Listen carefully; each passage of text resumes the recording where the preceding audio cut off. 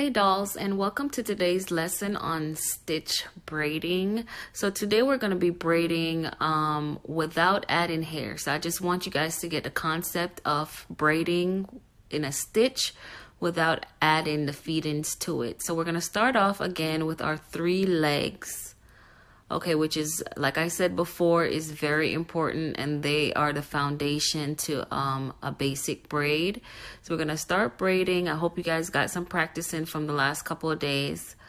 All right, so what we're gonna do is we're gonna take control of the hair. As you can see here, I grabbed it, then I'm gonna use my pinky and go through.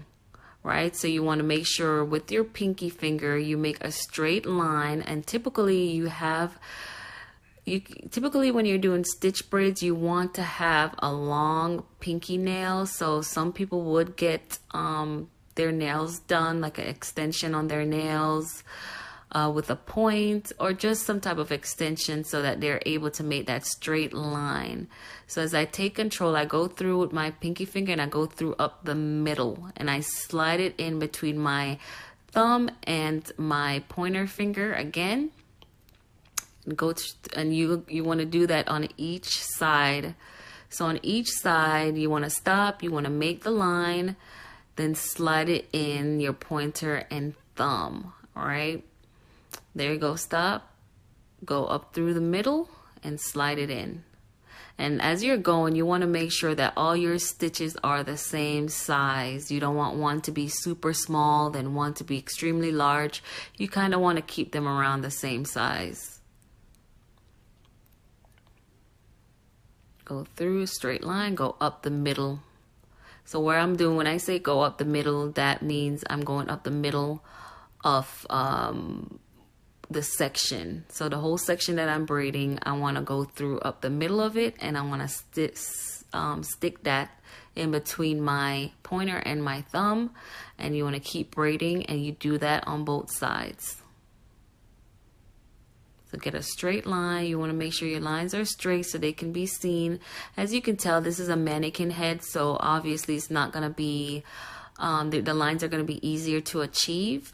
But if you were doing it on a client's head, you still can achieve these clear, straight lines. It would just take a little more effort and a little more attention to detail to get it right. Okay. So we're just going to keep going, and then in a little bit I'm going to go ahead and switch to a different angle so you guys can have a up close experience with how it looks more up close. But from afar, this is how it looks, and I'm just, you know, making sure my braid is neat. As I'm going, I'm just like taking all the extra hair out of the way. You always want to pay attention to those little strands that might get caught in your braid.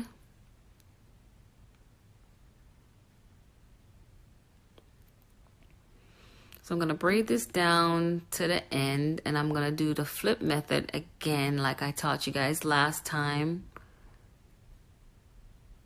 And it's extremely helpful to already know how to do this before you start adding in hair to it. Okay, so I'm just going to be quiet and let it run through until I get to the end, which I'm almost there, but it's the same concept. Just keep going.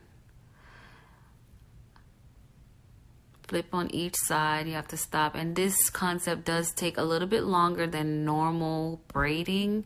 So if you schedule your clients and you're going to be doing a stitch method, just ensure that you have enough time, because this does take a longer time to achieve, because you're, you know, slowing down and you're paying attention to make sure you get it correct. So as you can see, I just did the flip method, and I'm going in and I'm doing an under braid to finish braiding it through. So we're gonna switch to a different view here, so you guys could see. All right, so here we are, a little bit more up close, and just pay attention. This is a different angle, so if you didn't catch it from the first angle, you can see where my fingers were. This could be a better angle for you. As you can see, you want to make sure when you do part it out that that first part that you do is also a straight part, because it is a part of your stitch. So you also want to make sure that when you part out for your 3 legs, that that part itself is straight, because that's going to be the beginning of your first stitch.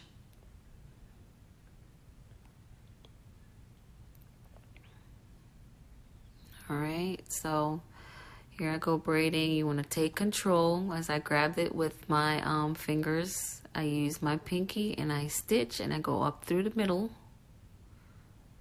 and I slide it in.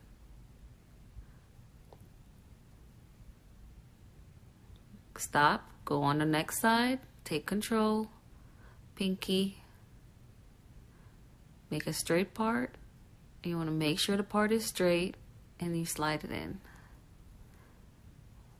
Do not move on if you do not have a straight part. You want your parts to be seen. That is the whole point of this method, is that your part is being seen and it looks clear and it looks nice and they're all in unison with each other. So that's why you want them to be around the same size so that they all look good. The closer to size they are, the clearer the part is, the better your stitch is going to look.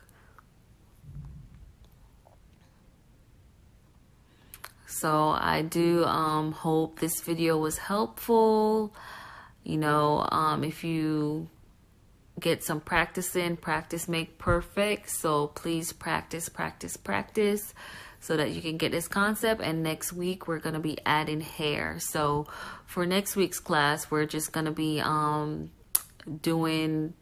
the feet and hair first without the stitch, and then we're going to do a video with the stitch. So we want to move up. We're going to be moving up to that part, and I hope you guys are able to move on or to transition into that next week's lesson smoothly. Here you go, and I'm almost done. I'm not even gonna finish this braid, but I just really hope you guys got the concept. And thank you for watching. I'm gonna make sure that next week's video is a little bit slower, more detailed. I might have to go back over how to separate the hair for like smaller braids like this. And then we're gonna dive right into it. So see you guys next week. Thank you for watching.